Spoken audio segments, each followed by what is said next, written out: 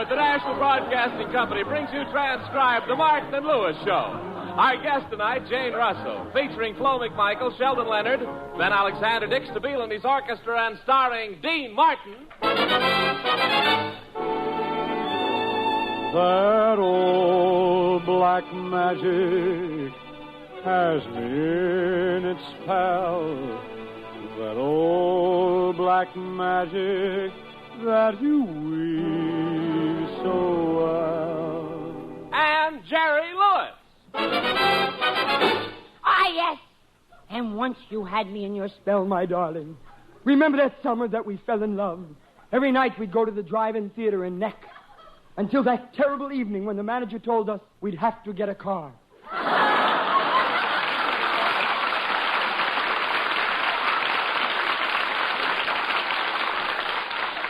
Well, as many of you know, Dean and Jerry have bought a garage, which they're converting into a nightclub. With the opening night only 2 weeks away, we find them in their office, hopelessly entangled in a mass of details and unpaid bills. Oh, Jerry, where did that secretary go to? Florence sure has these bills in an awful mess. Why don't you stop that daydreaming and help me try to straighten things out here? I can't help daydreaming, Dean. Gee, in another week the club will be open and the money will start rolling in. Boy, will we be rich. Every day I'll drive out to my golf course, play 9 holes, kiss my caddy, play another 9 holes, kiss my caddy. Oh, wait a minute, Jerry. Kiss your caddy? Sure. I'll be so rich I'll have Ava Gardner carrying my clubs for me. Oh, that's wonderful. And tell me, Allie, what's new with Rita? Now, look, if you aren't going to help, Jerry, at least find Florence for me. What a secretary. Where is she, anyway? I don't know, but don't bawl her out, Dean. I think she's about ready to quit anyway. Remember the trouble we got into the last time she quit? Yeah, we didn't know whether we were standing on our heads or what. Maybe you didn't know, but I knew what I was doing. I was standing on my head. Oh, Jerry, don't be an imbecile. You don't know what you're talking about. I'm an imbecile. Do you know what I'm talking about? Well, of course not. See, you're just as imbecile as I am. Well, Jerry, you might as well face it that we're helpless without... Hello, Mr. Martin. Hello, Mr. Lewis. Now, Florence, where have you been? Well, the decorator's hanging some drapes out in the club, and I was just giving him some hints. Oh, that's good. Did he follow him? No, he just went on hanging the drapes.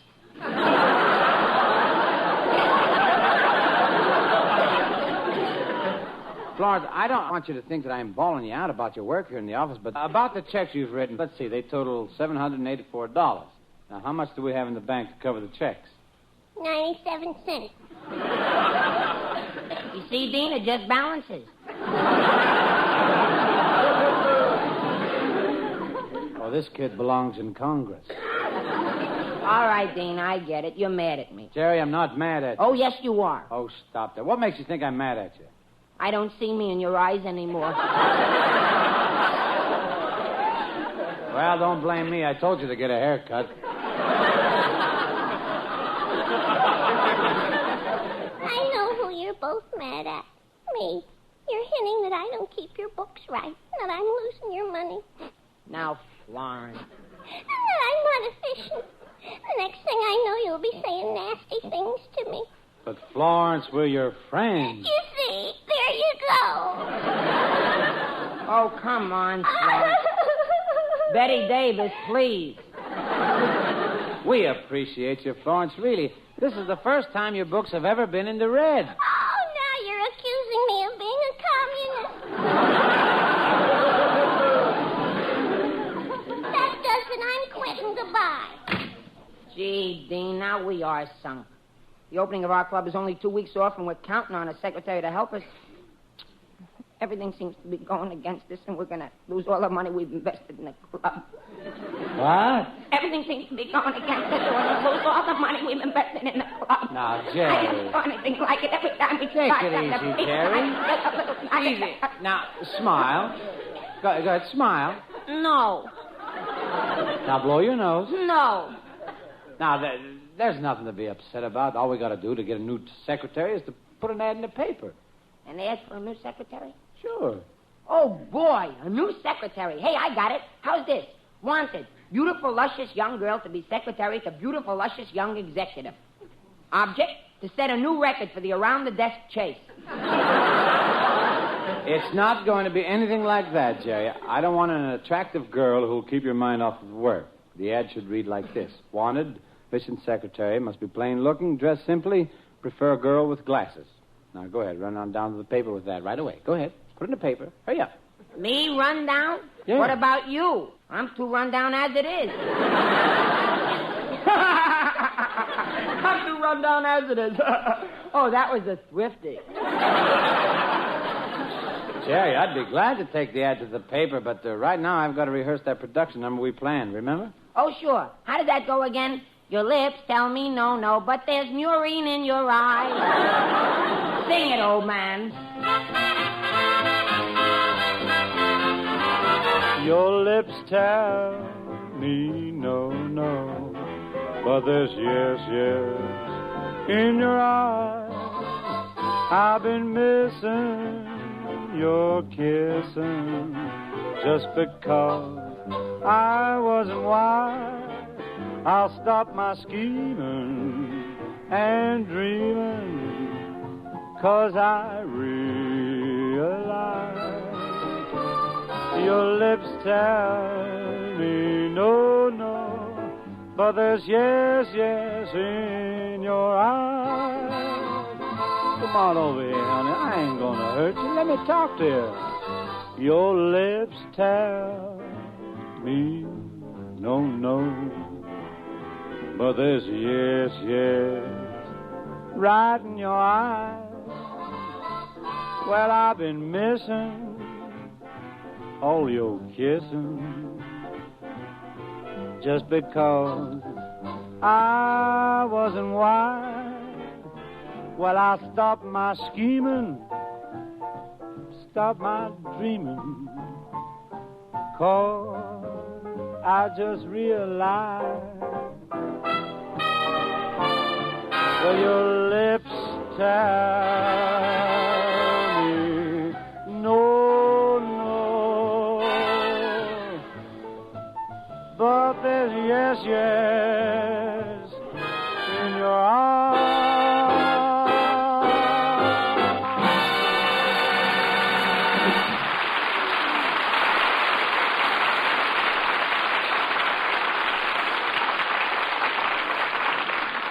While Dean and Jerry are hoping for some response to their ad for a secretary, on the other side of town, a leading movie producer is awaiting a conference with his star, Miss Jane Russell. Come in. You wanted to see me, Mr. Johnson? Oh, yes. Come in, Jane.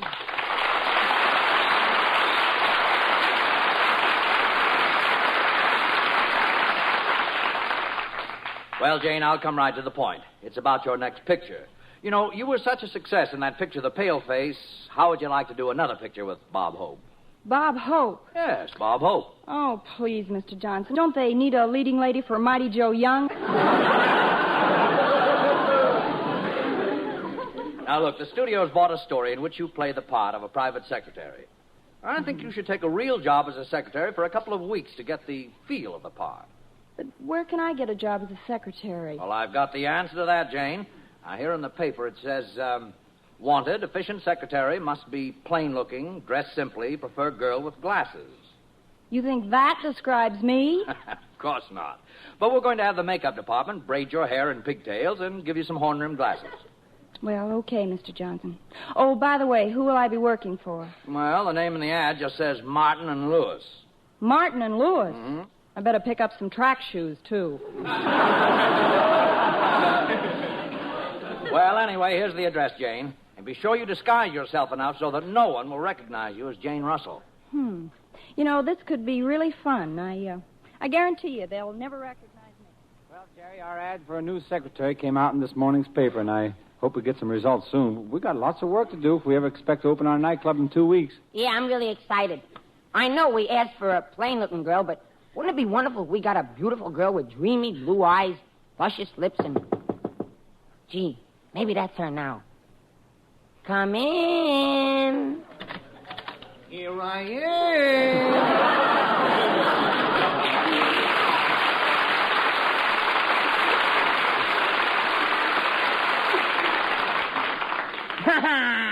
Oh, what's the matter, kid? I was expecting a glass of champagne, and I end up with a bucket of Clorox. Well, bottoms up. Soapy, what brings you over here? Well, I just got this morning's paper, and I see where you guys are advertising for a secretary. Oh, no, your eyes may be blue, but they're not that dreamy. No, I wasn't talking about me, kid. I just thought that maybe I could help you boys out. You see, I happen to know a few girls who could handle this job. Oh, you do? Yeah, I do. I'll just thumb through my address book here, and I'll see what I can find for you.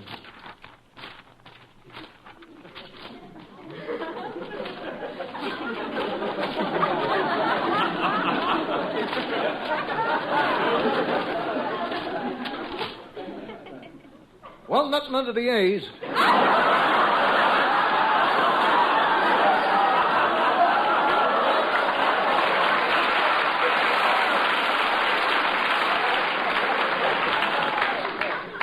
Hey, that's a good idea, Soapy. Maybe I ought to look at my address book for secretary. Yeah, right. Wait a minute. I'll thumb through mine. Well, kid, you find any names? Yes, but Mother doesn't need the work. Now, let's get back to my address book, hey? Now, here on page 312, volume 4, a cute little name of Rita. Yeah, Rita, 5'2", red hair, and DITB. DITB? Yeah, dynamite in the balcony. Well, what's this one down here? Elaine, OMHG. Yeah, OMHG. Does that stand for Oomphy Miss Heavenly Gams? No, old man has gun.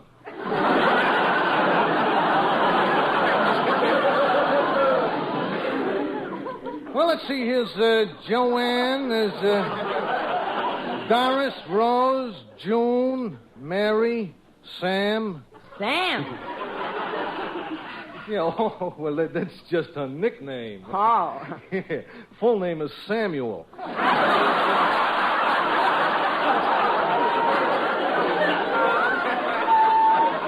We have here Diane. Oh, Evelyn. Say, now that Evelyn, that might be a very good secretary for you guys. Yeah, she's not working right now either. Well, how's her shorthand? Well, I don't know, but her legs are terrific. She used to be a bubble dancer. She used to do a terrific dance, you know, but then one night there was an awful thing happened. But what was? Well, you see, she was dancing to the tune of Pop Goes the Weasel. Yeah? She got a bubble too near a ringside table, and some weasel popped it.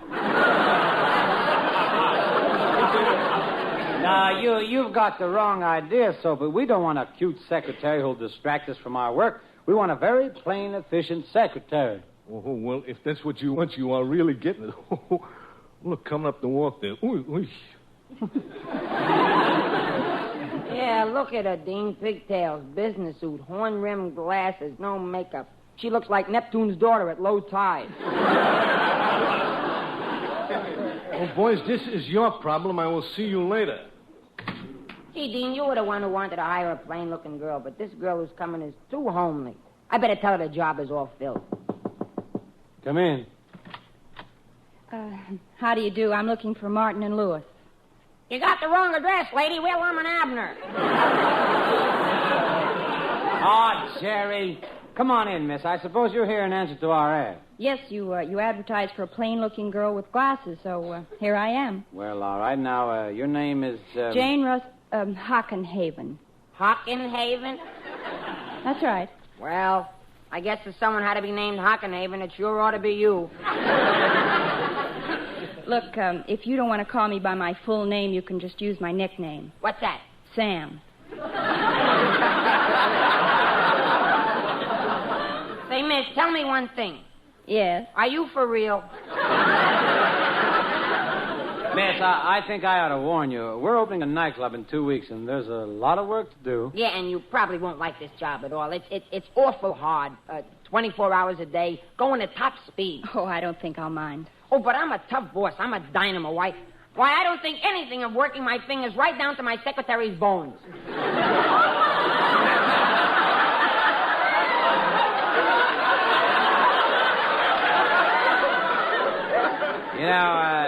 You'll have to forgive my partner, miss. He had a very tough time last night. He was thinking. He was thinking? Yeah, and today he's got a Charlie horse in the head. Look here, Dean Martin. I don't have to stand around here and have you tolerate me. No? Absolutely not. I can always sit down, you know. Look, Miss Hockenhaven, I think you'll do fine for this job. Thank you.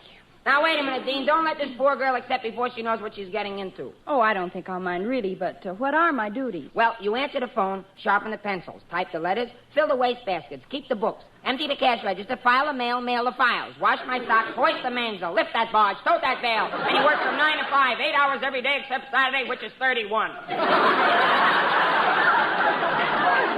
Now, never mind trying to discourage her anymore, Jerry. Miss Hockenhaven, you're hired. Well, okay, I guess. Here, Miss Hockenhaven, let me take your bag. Gee, it's so heavy. What have you got in it? Track shoes.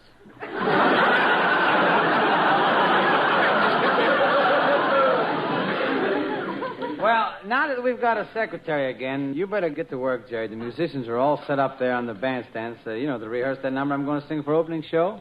You mind? Come on. Gee, I'd love to hear you sing, Mr. Martin. Before we start in our work, couldn't we listen to you?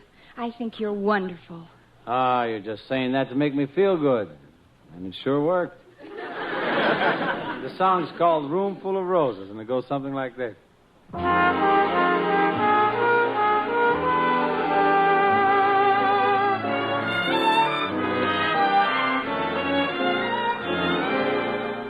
If I sent a rose to you for every time you made me blue, you'd have a room full of roses.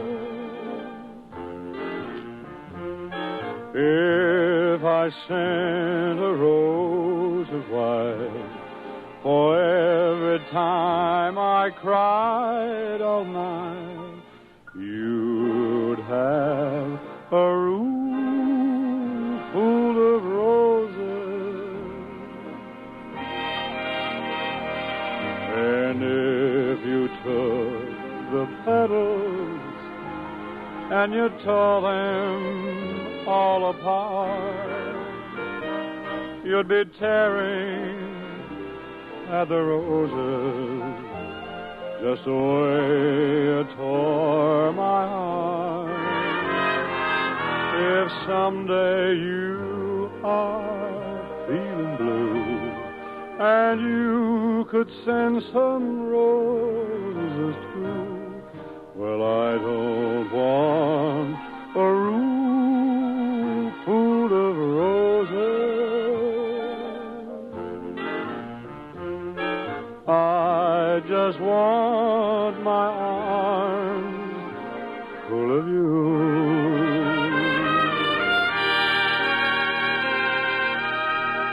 And if you took the petals and you tore them all apart, you'd be tearing at the roses just the way it tore my heart. If someday you are feeling blue and you could send some roses too, well, I don't want a room full of roses. I just want my arms full of you.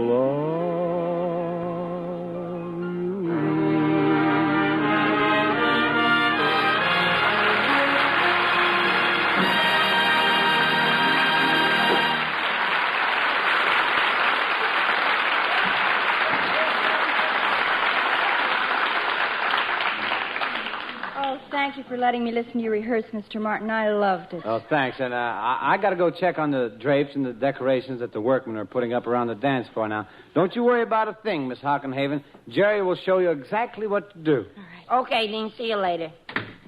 How do you like that, Dean? She hires a homely secretary and then leaves me all alone with her. I'll show her.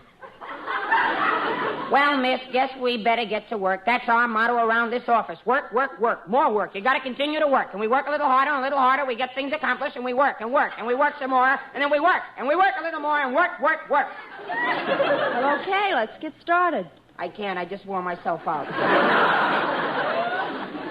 Mr. Lewis, are you sure you know what you're doing? Do I know what I'm doing? Listen, brother. No, you mean sister, don't you? I'm sure that nobody'd ever mistake me for their brother. I would, but I'm only 23 years old. What do I know? Now, I suppose you know all about typing, miss. Well, no, I'm not too familiar with typing. There's nothing to it. I'll show you. Come over to the desk here. See, you just bend over the typewriter like this, and you go... That's pretty good, huh? Yeah, I'll say. But doesn't that hurt your nose?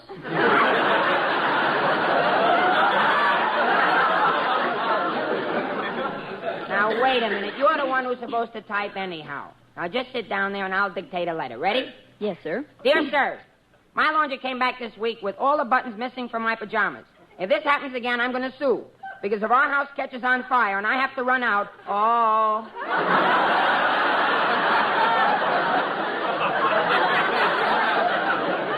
Now, did you get that?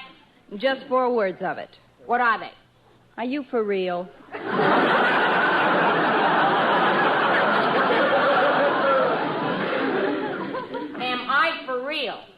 Am I for real? Why, when a person's for real, it means they're alive and made out of flesh and blood and breathing and living. And as you can see, well, I missed that question. Can I stand by for the jackpot? Okay, put that letter in an envelope and get it out in the first mail. Come in. Who is it? Hello, Mr. Lewis. Florence, it's you. Yes, it's me. Then you've come back? Yes, I've come back. Well, how are things in Capistrano? Mr. Lewis, I couldn't leave you and Mr. Martin helpless, so I came back to go to work. But, Florence, we replaced you with Miss Hockenhaven. You replaced me with her? Yes, she's very efficient. Well, all right, if you prefer efficiency to beauty and oomph.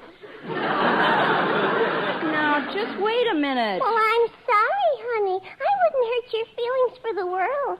After all, it isn't your fault if you're the mousy type.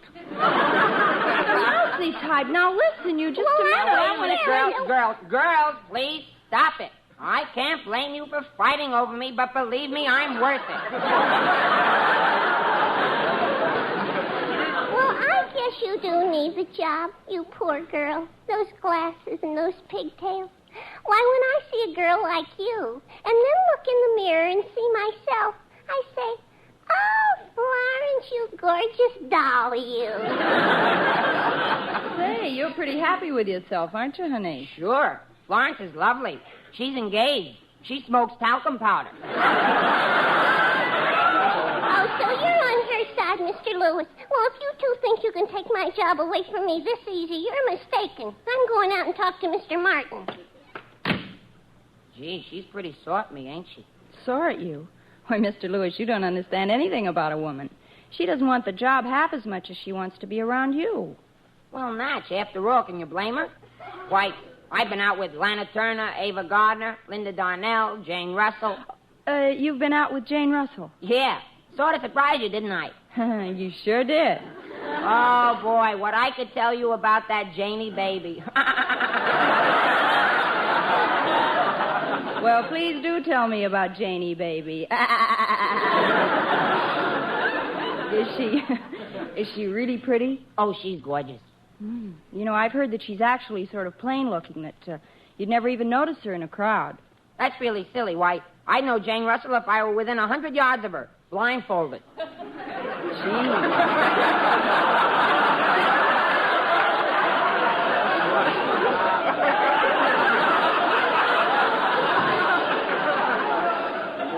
You really are clever, aren't you?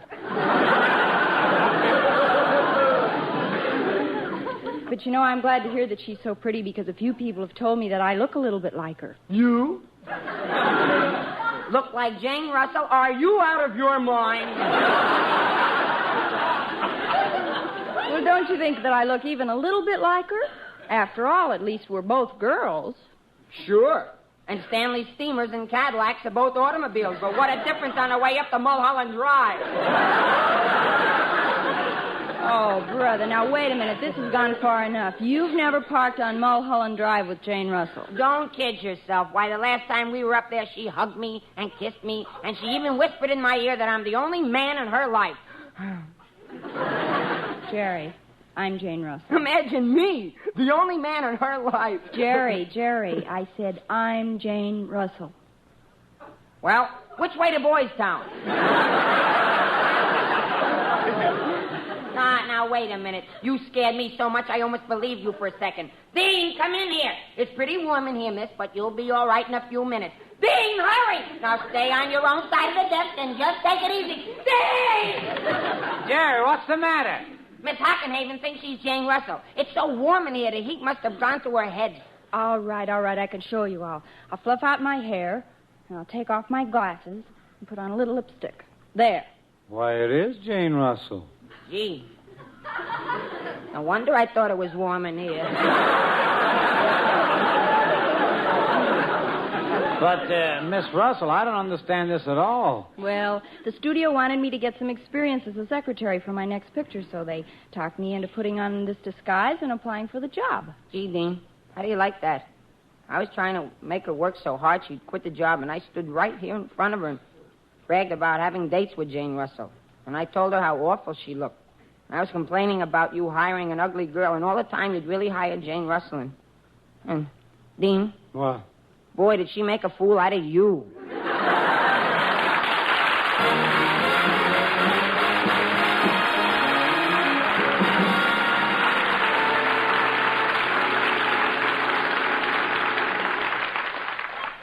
Well, I finally got everything squared around, Jerry. I apologized to Jane Russell before she left, and I finally got Florence to take her old job back. Gee, I'm sorry I caused you so much trouble, Dean. Oh, that's all right. The only thing I regret is that you told Jane Russell all those fibs. The idea, standing right there in front of her and bragging about having a date with her and taking her up on Mulholland Drive. Gee, Dean, I didn't mean to lie. I didn't mean to lie. I didn't lie. I didn't know I was lying. Because I thought that she was... Well, you see, it's dark up there on Mulholland Drive, and she said... Dean, let's face it. Face what? Some girl's been making an awful fool out of me, too.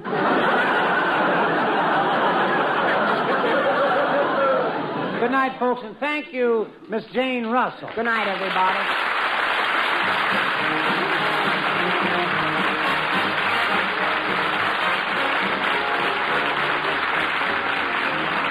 The Martin Lewis Show, transcribed in Hollywood, is produced by Robert L. Redd and written by Ray Allen and Dick McKnight with Cy Rose and Mort Lockman. Next week, our guest will be Cesar Romero. Jane Russell can soon be seen in the Howard Hughes production, The Outlaw. Now, here's a reminder. Tomorrow night's wonderful lineup of NBC attractions includes The Adventures of Archie Andrews, Henry Morgan, and Mr. District Attorney. This is Ben Alexander suggesting you tune in to your NBC station each Tuesday evening at the same hour for the Martin and Lewis Show.